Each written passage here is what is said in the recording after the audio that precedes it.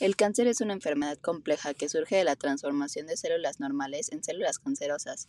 Esta transformación implica una serie de cambios a nivel molecular, incluyendo alteraciones en la expresión de genes y proteínas, así como en el metabolismo celular. En este contexto, las biomoléculas como las proteínas, lípidos, carbohidratos y ácidos nucleicos juegan un papel crucial en el desarrollo y en la progresión del cáncer. Por ejemplo, las proteínas son esenciales para la señalización celular y el control del ciclo celular, y las mutaciones en genes que codifican proteínas clave pueden contribuir a la proliferación descontrolada de células cancerosas. Son esenciales para la señalización celular y el control del ciclo celular, y las mutaciones en genes que codifican proteínas clave pueden contribuir a la proliferación descontrolada de células cancerosas. Son esenciales para la señalización celular. Los lípidos, como el colesterol, los fosfolípidos, son componentes esenciales de las membranas celulares y también juegan un papel en la señalización celular. Las alteraciones en el metabolismo de los lípidos pueden proporcionar a las células cancerosas las energías y los componentes básicos necesarios para su crecimiento y proliferación. Los carbohidratos son la principal fuente de energía para las células, y las células cancerosas a menudo presentan un metabolismo de la glucosa alterado, lo que les permite obtener energía de manera más eficiente. Los ácidos nucleicos, como el ADN y el ARN, contienen la información genética de la célula, y las mutaciones en estos ácidos nucleicos pueden provocar la transformación de células normales a células cancerosas. El cáncer es el término que utilizamos para describir el grupo de enfermedades caracterizadas por el crecimiento descontrolado de células anormales. Estas células pueden invadir y destruir tejidos sanos del cuerpo. El cáncer puede originarse en casi cualquier parte del organismo y a menudo forma tumores, que son unas masas de tejido anormal. Nuestro cuerpo puede combatir el cáncer a través de su sistema inmunológico, que es capaz de identificar y destruir células cancerosas. Sin embargo, a veces las células cancerosas pueden evadir la detección y continuar creciendo. En las primeras etapas, el cáncer puede ser tratado con mayor éxito mediante cirugía, radioterapia o quimioterapia. Diferencias entre células cancerosas y células sanas. Las células sanas se dividen solo cuando reciben señales apropiadas. Las células cancerosas se dividen incluso sin esas señales y son resistentes a señales de autodestrucción, en otras palabras, apoptosis. Las células cancerosas utilizan nutrientes distintos y rutas metabólicas diferentes a las células sanas para obtener energía, lo que les permite proliferar más rápido. Incluso pueden inducir la formación de nuevos vasos sanguíneos, angiogénesis, para obtener más nutrientes. Las células sanas dejan de dividirse al tocar otras células y no suelen migrar. Las células cancerosas invaden tejidos circulantes y se propagan a otros órganos. Esto se conoce como metástasis. Las células cancerosas pueden evadir el sistema inmunitario, que normalmente elimina las células anormales. Pueden incluso cooptarlo para su propia proliferación, disfrazándose de células sanas. Los genes de las células cancerosas pueden amplificarse, eliminarse o alterarse. Sus cromosomas pueden reorganizarse. Las características más comunes de las células cancerosas son el crecimiento y división celular descontrolado, la resistencia a la apoptosis, el metabolismo alterado que favorece también su proliferación, la capacidad de invasión y metástasis, la evasión del sistema inmunitario y alteraciones genéticas cromosómicas. Las células obtienen energía mediante la oxidación de moléculas orgánicas, un proceso conocido como la respiración. Este proceso es complementario a la fotosíntesis, donde las plantas utilizan la energía solar para crear moléculas orgánicas. La respiración implica una serie de reacciones catalizadas por enzimas que liberan gradualmente energía de los alimentos, almacenándola temporalmente en moléculas portadoras activadas como el ATP. La oxidación implica la transferencia de electrones de un átomo a otro. Cuando una molécula pierde electrones, se oxida, y cuando los gana, se reduce. En la respiración, las moléculas orgánicas se oxidan y el oxígeno se reduce. Las moléculas involucradas en la obtención de la energía son las enzimas que catalizan, es decir, aceleran las reacciones químicas específicas, el ATP, adenosín trifosfato, que es la molécula portadora de energía que se sintetiza y se hidroliza para almacenar y liberar energía según sea necesario, y los NADH y NADPH, que son las moléculas portadoras de electrones que participan en reacciones de oxidación-reducción. El NADH se utiliza principalmente en el catabolismo para generar ATP, mientras que el NADPH se utiliza en el anabolismo para la biosíntesis de moléculas. En cuanto a las interacciones y reacciones de las moléculas para generar energía, tenemos las enzimas que unen sustratos específicos y reducen la energía de activación necesaria para que ocurra una reacción, la hidrólisis del ATP, que es una reacción que libera energía, se acopla a reacciones que requieren energía, como la síntesis de moléculas, y el NADH y NADPH, que transfieren electrones e hidrógeno entre moléculas, facilitando reacciones de oxidación-reducción. Ahora hablaremos sobre cómo obtienen energía las células. Primero hablaremos de la glucólisis aeróbica, un fenómeno en el que las células cancerosas convierten glucosa en lactato, incluso cuando hay oxígeno disponible. Esto es diferente de lo que ocurre en células normales y es clave para su comportamiento agresivo. Las moléculas que están involucradas son la glucosa, que es la principal fuente de energía, el lactato, que es el producto final de este proceso, y que, aunque produce menos ATP en comparación con la fosforilación oxidativa, genera intermediarios esenciales para la proliferación celular. Y también tenemos enzimas clave, como la exoquinasa y la fosfofructoquinasa, que aumentan la captación de glucosa y aceleran la glucólisis. Las células cancerosas consumen mucha más glucosa que las células normales. Esto porque solo rompen parcialmente la molécula de glucosa en lugar de completarla en la fosforilación oxidativa. Y además repiten este ciclo de glucólisis constantemente, priorizando la creación de macromoléculas necesarias para su crecimiento. A este comportamiento se le conoce como el efecto Warburg, un término acuñado en honor al científico alemán Otto Warburg, quien lo describió por primera vez. Las Además de células la obtienen glucosa, energía también se mediante la puede obtener oxidación de energía a moléculas través de la orgánicas, un glutamina, proceso que es un conocido como la aminoácido no respiración. esencial. Este Esto le proceso permite a las es células complementario a la cancerosas obtener carbono y fotosíntesis, nitrógeno donde las para la plantas biosíntesis utilizan la y energía mantener el solar para equilibrio crear redox. moléculas La orgánicas. glutamina se convierte en La glutamato respiración gracias a la implica una serie de enzima reacciones catalizadas por glutaminasa y luego enzimas que proporciona liberan sustratos para gradualmente el ciclo de energía de Krebs. los alimentos, Además, también se ve almacenándola involucrado el temporalmente en NADPH, moléculas portadoras producido en la vía activadas de como las el ATP. pentosas fosfato La o a través de oxidación rutas implica la como la del transferencia de malato, que electrones de un protege átomo contra a el otro. estrés oxidativo. Cuando una En molécula resumen, pierde podemos decir que las electrones, células se oxida, cancerosas y cuando tienen una los forma ganan, se única y reduce. eficiente de En la priorizar su respiración, las crecimiento, moléculas sacrificando orgánicas se procesos oxidan y el energéticos oxígeno se convencionales para reduce. enfocarse en su Las proliferación. células obtienen Las reacciones e interacciones moleculares para la generación de energía ocurren en diferentes compartimentos celulares, dependiendo del proceso. La glucólisis, este primer paso de la respiración celular, se lleva a cabo en el citoplasma, donde la glucosa se descompone en piruvato generando ATP y NADH. El ciclo de Krebs. Una vez producido el piruvato, este ingresa a la matriz mitocondrial para ser transformado en moléculas más pequeñas que liberan electrones de alta energía, almacenados en NADH y FADH2. Los electrones de NADH y FADH2 son transferidos a través de una serie de complejos proteicos ubicados en la membrana interna de las mitocondrias, creando un gradiente de protones que impulsa la síntesis de ATP mediante fosforilación oxidativa. Esto en la cadena de transporte de electrones.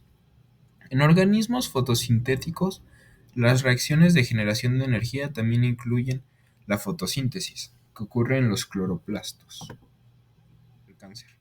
Una de estas nuevas alternativas es la terapia dirigida.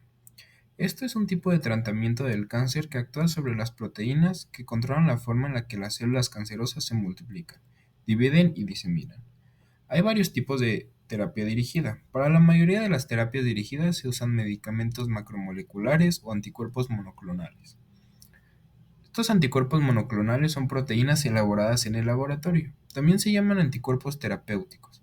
Estas proteínas se diseñan para que se unan a dianas específicas dentro de las células cancerosas. Algunos anticuerpos monoclonales marcan las células cancerosas para que el sistema inmunitario las identifique mejor y las destruya. Hay otros anticuerpos monoclonales que actúan en forma directa para frenar la multiplicación de las células cancerosas o forzar a que se autodestruyan, esto siendo los vasos sanguíneos que necesita el cáncer para poder multiplicarse. Y otros tipos de anticuerpos monoclonales transportan toxinas a las células cancerosas. Los anticuerpos se unen a su diana molecular. Cada anticuerpo se dirige a una molécula específica. El anticuerpo y su diana se embonan. En el laboratorio se crean muchas copias de un anticuerpo monoclonal capaces de unir sus dianas moleculares en la superficie de la célula cancerosa. Se utilizan estos anticuerpos para bloquear moléculas que las células cancerosas necesitan para multiplicarse. También marcan células cancerosas para que el propio sistema las destruya o para transportar sustancias que dañen estas células cancerosas. Otra alternativa sería la inmunoterapia. La inmunoterapia es un tipo de tratamiento del cáncer que ayuda al sistema inmunitario a combatir el cáncer. El sistema inmunitario ayuda a su cuerpo a combatir las infecciones y otras enfermedades. Está compuesto de los glóbulos blancos y órganos y tejidos del sistema linfático. La inmunoterapia es un tipo de terapia biológica. La terapia biológica es un tipo de tratamiento que usa sustancias producidas por organismos vivos para tratar el cáncer. Uno de los propósitos de la inmunoterapia es eliminar los gérmenes del cuerpo, como las bacterias y las células anormales, como las células cancerosas. La inmunoterapia refuerza el sistema inmunitario de diferentes maneras para que éste destruya de manera más efectiva las células cancerosas. Hay tres tipos de inmunoterapia para tratar el cáncer. La primera, la estimulación inmunitaria no específica, es un tipo de inmunoterapia que estimula la respuesta inmunitaria general del paciente. En este tipo de estimulación se usan medicamentos u otras sustancias para aumentar la respuesta inmunitaria general, lo que ayuda en gran medida a destruir las células cancerosas. La segunda sería las células T, son un tipo de célula inmunitaria poderosa que combate el cáncer. Para esta terapia se extraen células T del paciente y se modifican en el laboratorio para que actúen mejor sobre las células cancerosas y las puedan destruir. Posteriormente en el laboratorio se fabrican millones de copias de estas células T modificadas y se devuelven al paciente para que combatan el cáncer. Y por último, inhibidores de punto de control inmunitario. Estos inhibidores de puntos de control inmunitario se encuentran en la superficie de las células y controlan la respuesta inmunitaria. Los puntos de control inmunitario desactivan las células T hasta que sean necesarias. Así se impide que las células T dañen las células normales. Las células cancerosas pueden aprovechar estos puntos de control para desactivar las células T. En este caso no se destruyen las células cancerosas. Los inhibidores de puntos de control inmunitario son medicamentos que bloquean los puntos de control. Esto permite que las células T ataquen el cáncer. Los factores de riesgo del cáncer pueden variar de una persona a otra, pero todos están relacionados con procesos que afectan nuestras células. Comprender estos riesgos nos permite tomar medidas preventivas y reducir la posibilidad de desarrollar esta enfermedad. Algunos de estos factores son la edad. El envejecimiento es un factor clave. A medida que pasan los años, la capacidad del cuerpo para reparar células con ADN dañado disminuye, aumentando el riesgo de mutaciones que pueden llevar al cáncer. Herencia. Los antecedentes familiares también son significativos. Si hay casos de ciertos tipos de cáncer en la familia, esto puede estar asociado con síndromes hereditarios que incrementan el riesgo. Errores en la división celular. Durante la división celular pueden ocurrir errores espontáneos que causan mutaciones en el ADN. Estos errores, aunque son parte natural del ciclo celular, pueden acumularse y provocar cáncer. Daño al ADN por sustancias químicas. La exposición a carcinógenos como el humo de tabaco, ciertos productos químicos o la contaminación puede dañar directamente el ADN de nuestras células, aumentando la probabilidad de desarrollar cáncer. Estilo de vida. Factores como el tabaquismo, el consumo excesivo de alcohol, la obesidad, la inactividad física y una dieta deficiente en frutas y verduras están estrechamente vinculados con el riesgo de cáncer. Estas son áreas donde podemos hacer cambios positivos. Agentes infecciosos. Algunos virus y bacterias, como el virus del papiloma humano o el Helicobacter pylori, pueden desencadenar procesos que llevan al desarrollo del cáncer. Exposición al sol.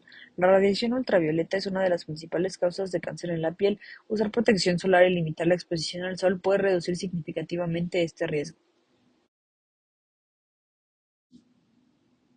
El cáncer no es una enfermedad única, sino un conjunto de condiciones que pueden afectar diferentes partes del cuerpo. Cada tipo de cáncer tiene características y orígenes específicos, lo que influye tanto en su diagnóstico como en su tratamiento. Los tipos de cáncer son carcinoma. Este es el tipo de cáncer más común, representando entre el 80 y el 90% de todos los casos. Se origina en el tejido epitelial, que cubre la superficie de órganos y glándulas. Algunos ejemplos incluyen el melanoma, el carcinoma vasocelular y el cáncer de piel de células escamosas. Sarcoma. El sarcoma crece a partir de los tejidos conectivos como cartílagos, músculos, tendones, grasa y huesos. Algunos ejemplos son el osteosarcoma, que afecta al hueso, y el condrosarcoma, que se origina en el cartílago. Linfoma. Este tipo de cáncer se desarrolla en el sistema linfático, una red clave para el sistema inmunológico que incluye ganglios linfáticos y vasos linfáticos. Ejemplos son el linfoma de Hodgkin y el linfoma no Hodgkin. Leucemia. La leucemia afecta a la médula ósea, donde se producen las células sanguíneas. Este tipo de cáncer altera la producción de glóbulos rojos, blancos y plaquetas. Entre sus variantes están la leucemia mielógena aguda, la crónica y las leucemias linfocíticas. Mieloma. El mieloma múltiple afecta a las células plasmáticas de la médula ósea que son esenciales para la producción de anticuerpos. Este tipo de cáncer puede debilitar el sistema inmunológico y los huesos. El cáncer no solo representa un desafío médico, sino también un problema con profundas implicaciones sociales. Más allá de las estadísticas de mortalidad, esta enfermedad afecta significativamente a las personas, las familias y las comunidades en múltiples dimensiones. Mortalidad y carga global. El cáncer es una de las principales causas de muerte en el mundo. Por ejemplo, en 2020 causó aproximadamente 600.000 muertes en los Estados Unidos, siendo la segunda causa de mortalidad después de las enfermedades cardíacas. Estas cifras reflejan la magnitud del problema a nivel global. Costos económicos. El cáncer implica un costo elevado para las sociedades, tanto para los tratamientos médicos como por los gastos asociados. Estos incluyen las hospitalizaciones, medicamentos, cuidados paliativos y otros servicios que puedan ser una gran carga financiera significativa para los pacientes y sus familias. Pérdida de productividad. Los efectos del cáncer en la fuerza laboral son notables. Muchas personas afectadas, tanto pacientes como cuidadores, se ven obligadas a dejar de trabajar, lo que genera una pérdida de ingresos personales y afecta la economía general. Sufrimiento emocional y social. El impacto emocional es inmenso. Los pacientes enfrentan estrés, ansiedad y depresión debido al diagnóstico y al tratamiento. Al mismo tiempo, sus familias también experimentan una carga emocional al apoyar a sus seres queridos, además de cambios en la dinámica familiar. Acceso desigual a los servicios de salud. En muchos lugares el acceso a tratamientos de calidad no es equitativo. Esto aumenta las disparidades sociales, afectando más a las comunidades con menos recursos y limitando sus posibilidades de superar la enfermedad. Diferencias en la prevalencia del cáncer. Edad. La incidencia y la mortalidad por cáncer son bajas en niños y adolescentes, pero aumentan exponencialmente con la edad. La ubicación geográfica. Existe una variación internacional marcada en la incidencia de la mayoría de los cánceres. Grupos étnicos y sexo. El estilo de vida, como el consumo de tabaco, el alcohol, la obesidad, la falta de actividad física y una dieta deficiente, son factores de riesgo modificables que contribuyen a la prevalencia del cáncer. Factores socioeconómicos. Las disparidades socioeconómicas pueden influir en el acceso a la atención médica, la detección temprana y los tratamientos, lo que afecta la prevalencia y los resultados del cáncer.